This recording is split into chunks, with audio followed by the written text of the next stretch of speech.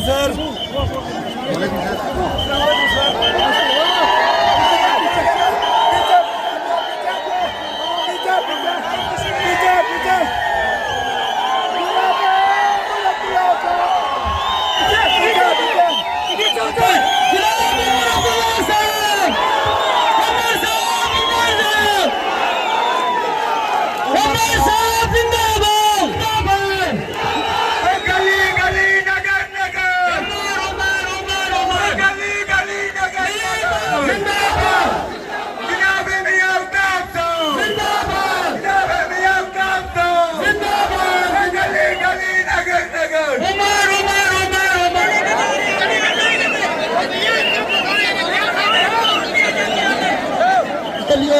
खामोशी से बैठे और जल्द से कार्रवाई सुने। मैं गुजारिश करूंगा, उमर साहब ने यहाँ पे आपको ब्लॉक दिए, एसडीएम का दफ्तर दिया, तहसील दिए, रिक्रूटमेंट करवाई, लेकिन अफसोस की बात है कि जिस तरह डिलिमिटेशन करके पूरे जम्मू कश्मीर को तबाह किया गया, राजौरी को पुंछ के साथ लगाया गया, पुलवामा को श्रीनगर के साथ लगाया गया, आपकी एक कॉन्स्टिट्यूंसी तो तोड़ ही दी, खत्म कर दी। जम्मू कश्मीर में असेंबली इंतखाबात जो हैं वो शुरू हो चुके हैं। 10 साल पहले जब इसी तरह यहाँ इलेक्शन चल रहे थे, उस वक्त मलिक साहब हमारे उम्मीदवार थे। जम्मू कश्मीर के हालात कुछ और ही थे। बेशक उस वक्त नेशनल कॉन्फ्रेंस को लेके लोगों में एक नाराजगी सी थी, लेकिन जम्मू कश्मीर के अगर हम हालात देखें तो ये 10 साल हमें बहुत भारी पड़े। 10 साल पहले जब हम आपसे असेंबली के वोट मांग रहे थे, उस वक्त हमारी अपनी रियासत थी। रियासत का इस मुल्क में खसूसी दर्जा था। लद्दाख हमारे साथ थी, हमारा अपना झंडा था, अपनी आईन थी, अपना पहचान, वजूद, वकार, अपनी जमीनों पे अपना हक, अपनी दरियाओं पे अपना हक, इन पहाड़ों के जंगलों पे अपना हक। इस 10 साल में सारा कुछ हमसे छीना गया। न हमारी रियासत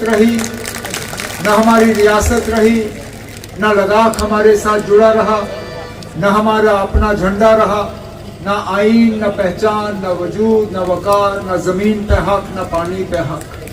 लेकिन बदकिस्मती से ये सब कुछ तो हमसे लिया गया, लेकिन इसके बरक्स हमें मिला कुछ नहीं। मां सिवाय झूठे वादे, खोखले नारे, झूठ, मायूसी और इसके अलावा कुछ नहीं। जब 370 यहां से हटा गया 5 अगस्त 2019 को, उस वक्त बीजेपी और मरकजी सरकार से बड़े बड़े वादे हुए।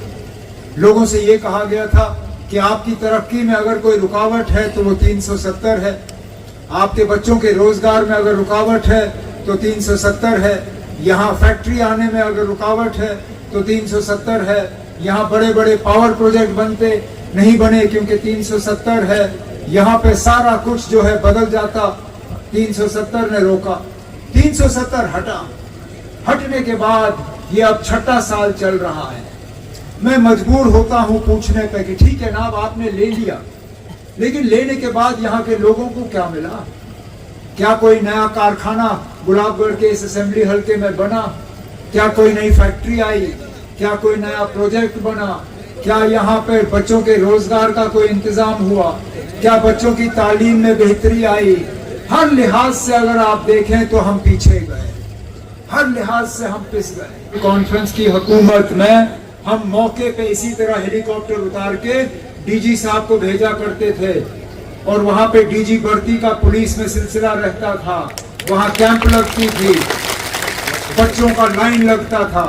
अगर छाती बराबर, कद बराबर, तो डीजी साहब मौके पे वहां दस्तखत करके बच्चों को पुलिस में दाखिल करते थे।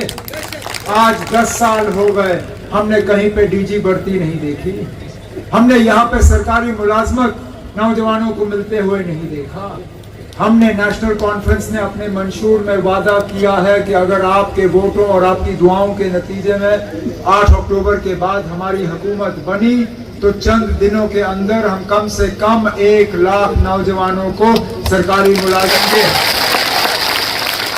हम इन दूर दराज इलाकों में दोबारा डीजी को हेलीकॉप्टर में भेज के यहाँ डीजी भर्ती का सिलसिला शुरू करेंगे। कौन सा ऐसा चीज है जिसको लेके हम परेशान नहीं हैं?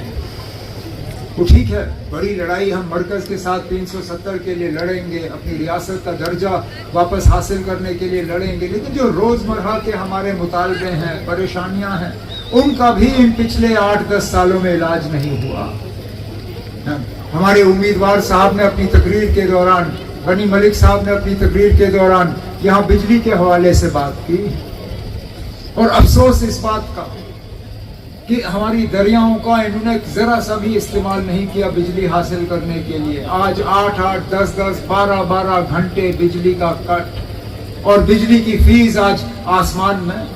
मेरे दौरे हुकूमत में जब गनी मलिक साहब मेरे साथ मिनिस्टर थे, जब मियां अल्ताफ साहब मिनिस्टर थे, महीने का बिजली का बिल 150, 200, 250 रुपए महीना, उससे ज्यादा नहीं। आज बदकिस्मती से इन तमाम कट्स के बावजूद बिजली का बिल इन देहात के इलाकों में कम से कम महीने का आपका 1650 रुपए है। आमदनी आपकी 1500 होगी, आमदनी 1500 होगी, लेकिन बिजली का बिल जो है 1650 रुपए से कम नहीं। हमने अपने मंशूर में आपसे वादा किया है कि इस बोझ को कम करने के लिए, इस दबाव को कम करने के लिए इंशाल्लाह हम 200 यूनिट मुफ्त बिजली आपको फराहम करना शुरू करेंगे, ताकि कम से कम ये जो बिजली का खर्चा आपके ऊपर हो उसको हम कम कर सकें। शुपैया के साथ इस इलाके को जोड़ने, दमाल हांजीपुरा के साथ जोड़ने की बात की, और इंशाल्लाह इस प्रोजेक्ट को भी हम दिल्ली से मंजूरी दिलवा के इस पे जो है काम जल्दी से करवा के इसको हम मुकम्मल करवाएंगे। इसी तरह अगर हम राशन की बात करें, मुझे अपना दौर याद है जब यहाँ राशन कार्ड के जरिए मिट्टी का तेल आपको फराहम किया जाता था, जब राशन कार्ड के जरिए आपको चीनी दी जाती थी, जब राशन कार्ड के जरिए राशन का स्केल इतना होता था कि उससे आपका गुजारा हो जाता था।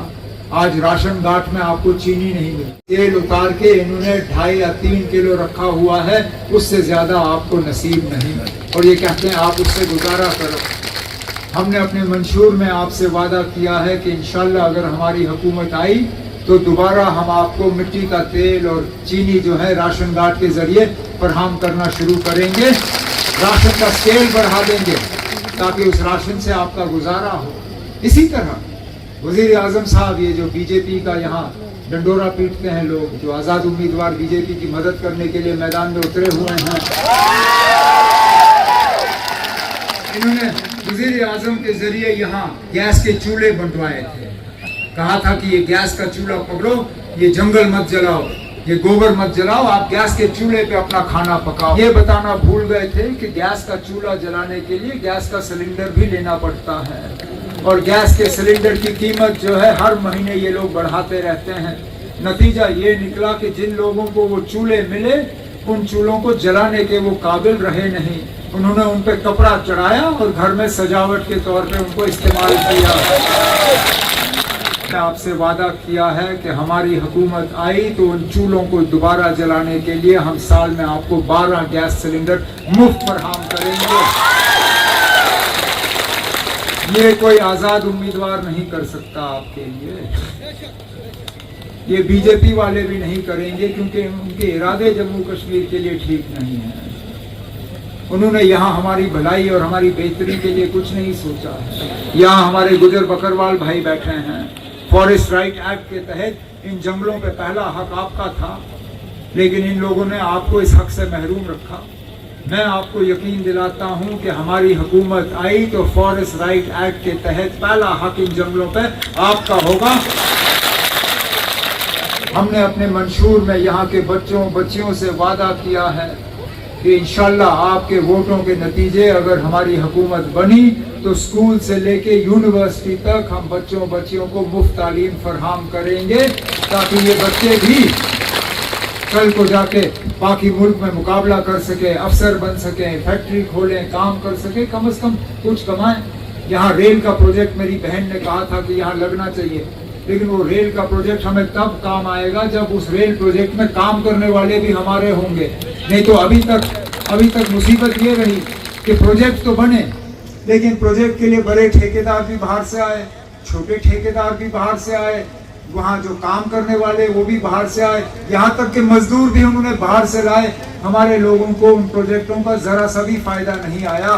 हमने अपने मंशूर में वादा किया है कि इंशाल्लाह हमारी हुकूमत बनेगी तो जो भी बड़े प्रोजेक्ट आएंगे, चाहे वो बिजली के लिए हो, सड़क के लिए हो, रेल के लिए हो, पावर के लिए हो, उन प्रोजेक्टों में सबसे पहले अगर किसी को रोजगार मिलेगा वो हमारे नौजवानों को मिलेगा। उसके बाद किसी बाहर वाले को हम देख लेंगे, अगर कि हम अपने वोट का सही इस्तेमाल कर रहे हैं। आप लोगों ने पार्लियामेंट के इलेक्शन में दिखाया कि बीजेपी को किस तरह हराया जा सकता है। उस वक्त आपने 50,000 वोट जो हैं वो कांग्रेस नेशनल कॉन्फ्रेंस का जो मुश्तरका उम्मीदवार था उनके हक में दिलवाए। बीजेपी को यहाँ सिर्फ 12,000 के आसपास वोट मिले। मैं चाहता हूँ कि इस इलेक्शन में भी हमारे जो इंजीनियर साहब यहाँ हमारे उम्मीदवार हैं वो भी इतनी ही बड़ी मार्जिन से यहाँ से कामयाब होके जाएं ताकि कल को दोबारा हमारी हुकूमत बने और इंशाल्लाह उस हुकूमत में जनाब गनी मलिक साहब को भी हम अच्छा सा दर्जा दें ताकि वो भी क्या मतलब निकलता है। तो ये उम्मीद रखते हुए कि 25 तारीख को, क्योंकि अब ज्यादा वक्त रहा नहीं, कैंपेन के यही 2-3 दिन है, 23 तारीख को इनका जो कैंपेन है मुकम्मल हो जाएगा। 25 तारीख को आपने अपने वोटों का इस्तेमाल करना है। एक बात याद रखिएगा, ये हमने कश्मीर की कॉन्स्टिट्यूएंसी में भी देखा है, जो वोट नेशनल कॉन्फ्रेंस और कांग्रेस के उम्मीदवार को नहीं जाता है, आप मान के चलिए कि वो वोट जो है वो बीजेपी को मदद करने के लिए जा रहा है। ये आप लिख के ले लीजिए मुझसे, और ये मेरे अल्फाज नहीं है, ये हिंदुस्तान के होम मिनिस्टर के अल्फाज हैं। उन्होंने बार बार अपनी तकरीर में कहा, हमारे मुल्क के प्रधानमंत्री ने कहा, वो कहते हैं कि अगर बीजेपी को कहीं 8-10 सीटों की कमी पड़ी तो वो यहाँ छोटी पार्टियों के साथ और आजाद उम्मीदवारों के साथ मिलकर हुकूमत बनाएंगे। इस बीजेपी से बच के रहना। इस बीजेपी ने यहाँ जम्मू कश्मीर में तबाही और बर्बादी के अलावा कुछ नहीं लिखा है। तो मेहरबानी करो, बीजेपी को यहाँ लखनपुर से बाहर ही रखो, और उसको बाहर रखने के लिए आप नेशनल कॉन्फ्रेंस और कांग्रेस के मुश्तरका उम्मीदवार को यहाँ से कामयाब करके भेजें, ताकि जैसे मैंने कहा 1 इंजन 2 इंजन, मैं कहता हूँ हम 2 इंजन और जोड़ देंगे, एक मेरा और जनाब मियां अल्ताफ साहब का 4 इंजन लेकर हम आपकी खिदमत करेंगे इस उम्मीद के साथ कि 8 अक्टूबर को जब नतीजे निकलेंगे तो सबसे पहले कामयाब नतीजों में हमारे इंजीनियर साहब का नाम जो है वहाँ पे ऐलान होगा कि गुलाबगढ़ के नए एमएलए जो है हमारे नेशनल कॉन्फ्रेंस कांग्रेस के उम्मीदवार। मैं इस कामयाब जलसे पे जनाब आपका, आपके साथियों का, कांग्रेस के अपने दोस्तों का तहे दिल शुक्रगुजार हूँ। अब आपसे सिर्फ एक गुजारिश करूंगा, वोट का तो मैंने कर लिया है, लेकिन अब निकलने के वक्त आप हेलीकॉप्टर से थोड़ा इस तरफ को आके अगर रहें तो हमारे लिए यहाँ से उठना ज्यादा आसान होगा, और इंशाल्लाह 8 अक्टूबर के बाद हुकूमत लेके हम यहाँ पे आके आपके साथ बात करेंगे।